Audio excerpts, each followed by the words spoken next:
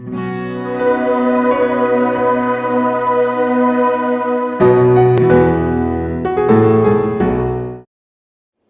we have the next question from the mic over the other side? Please post your name and your profession. A very good evening, Doctor. My name is Reva, and I'm a psychology student as well. The 9/11 question was from my sister. But I'm not talking about 9/11. I have a separate question, and I'm having a sore throat, so I'll make the question quick before I run out of my voice. Well, I went to a Christian school, and there I'm surrounded by a very good number of narrow-minded people, and their narrow-minded people's beliefs are anything except for Christianity is devil worship. So according to them, everything is devil worship. And for them, Islam is as well as devil worship. But I don't see it that way, because if this is devil worship, it won't be the number one religion in the world. So clearly there's something in Islam that Christianity doesn't have, which is why it's such a achieving and a lot of people are in it. So my question is, I want to know what that something is.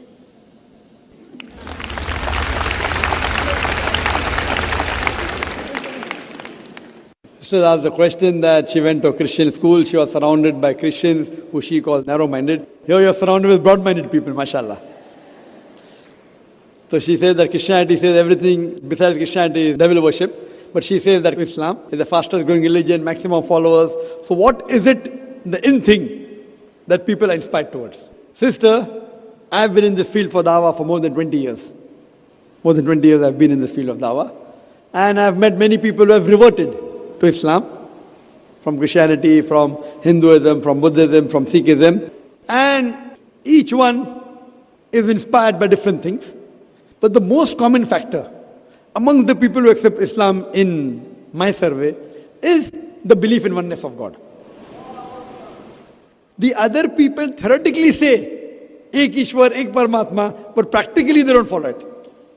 Christianity says believe in one God, but they say Father, Holy Spirit, and the Son. They talk about one, but they practically believe in Trinity. So Islam is the only religion which speaks and practices Tawheed, monotheism. So this inspires a person about the one true God unity. And unlike other religion where you can see that, God fighting among themselves, one God is taking the help of another God, and the devil can defeat the God. So all these things, a normal person thinks is illogical. How can God be defeated? How can God die? In some religions, God dies also. So if God dies, then who rules the world? So when you see all these things logically, people normally blindly follow. These blind beliefs are not there in Islam. Therefore, Quran says that, do you not understand? This is for men of understanding. Even in my talk I said that God Almighty made the heavens and the earth and made in colors and languages. Verily, it's a sign for those who understand. Quran is a book which convinces the logic. In spite the media today being against Islam, you can imagine the power that the amount of billions and trillions of dollars they are pumping against Islam to degrade it, yet it is the fastest growing religion. So that's a miracle. Allah says in the Quran, in Surah Imran chapter 3, verse 54, Makaru makarallah wallahu khairul makirin. They planned and plotted, Allah too planned. Allah is the best of planners. So in this way, the major factor is that Islam is the most logical religion. There may be certain things which they may feel, oh, it's bad, it's like that. But when they come close to it, like today, Islam is maligned. One thing is terrorism, second is that there are no women's rights. If there are no women's rights in Islam today, out of the Americans accepting Islam, 2/3 are women. So why are the American women accepting Islam? Out of the Europeans accepting Islam, 2/3 are women. If Islam is a religion which does not give rights to the women, then who's forcing the European and American women to accept Islam? Because they find the security. They have been and seen the world and lived. Talking about liberalization and modernization, they realize the real spirit is then the religion of Islam. So when they really practice, some people may really get inspired, okay, because there's hijab, I want to accept Islam. Some people only hear the azan and they accept Islam. So people have different things, but the main thing, the core factor is the Tawheed.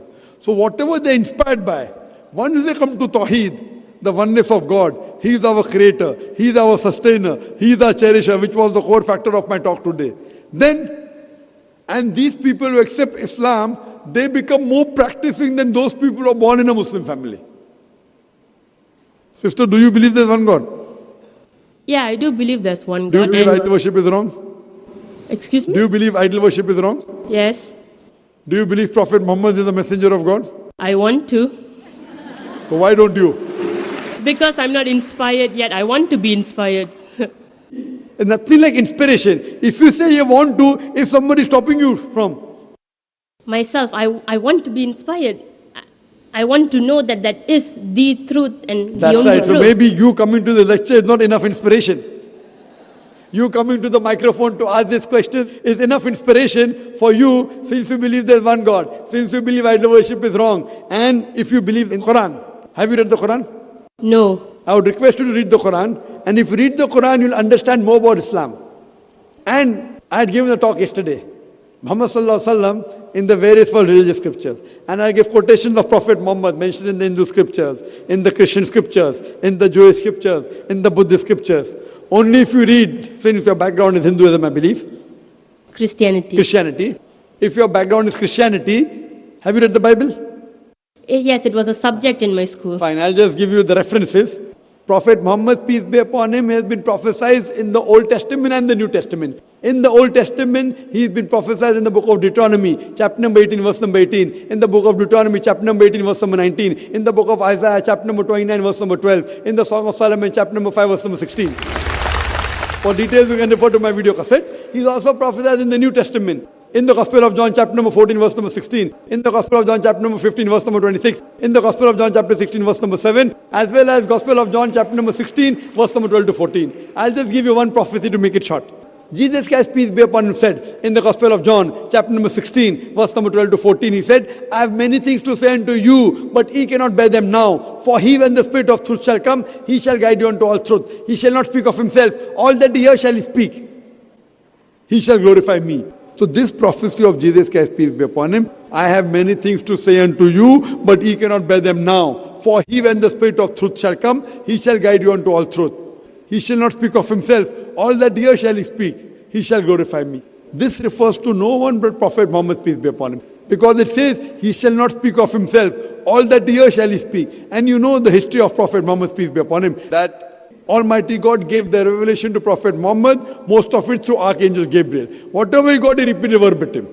And he shall glorify me. If you see, there is no messenger of God, no person who claimed to be a messenger has ever glorified Prophet Jesus except Prophet Muhammad, peace be upon him.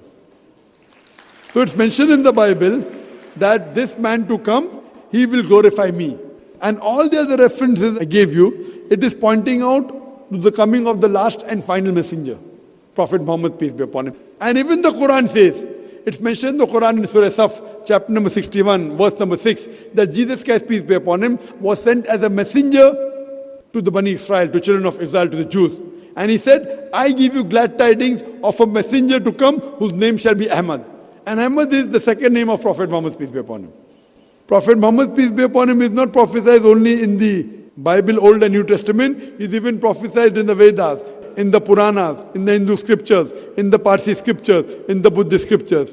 As I was saying earlier, that even though the scriptures have been changed, even if the scriptures have been manipulated, yet there are remnants in the verses of that scripture about the oneness of God, that's Tawheed, and about Prophet Muhammad being the last and final messenger.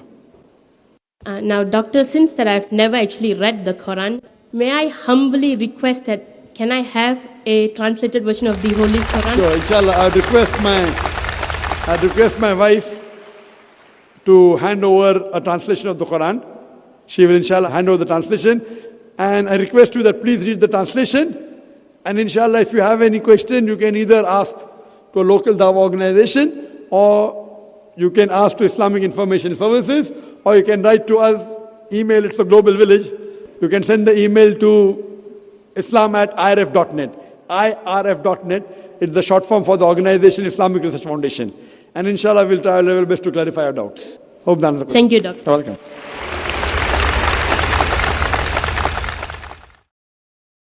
What used to happen before the coming of the Prophet ﷺ, the jinn, they used to hear the news from the angels. So basically when the Prophet ﷺ came, his message, the jinn could no longer hear what was happening on the news from the heavens. So this group of jinns, Nusaybin, they were roaming around and they heard our beloved Prophet Muhammad sallallahu alaihi wasallam reciting the Quran.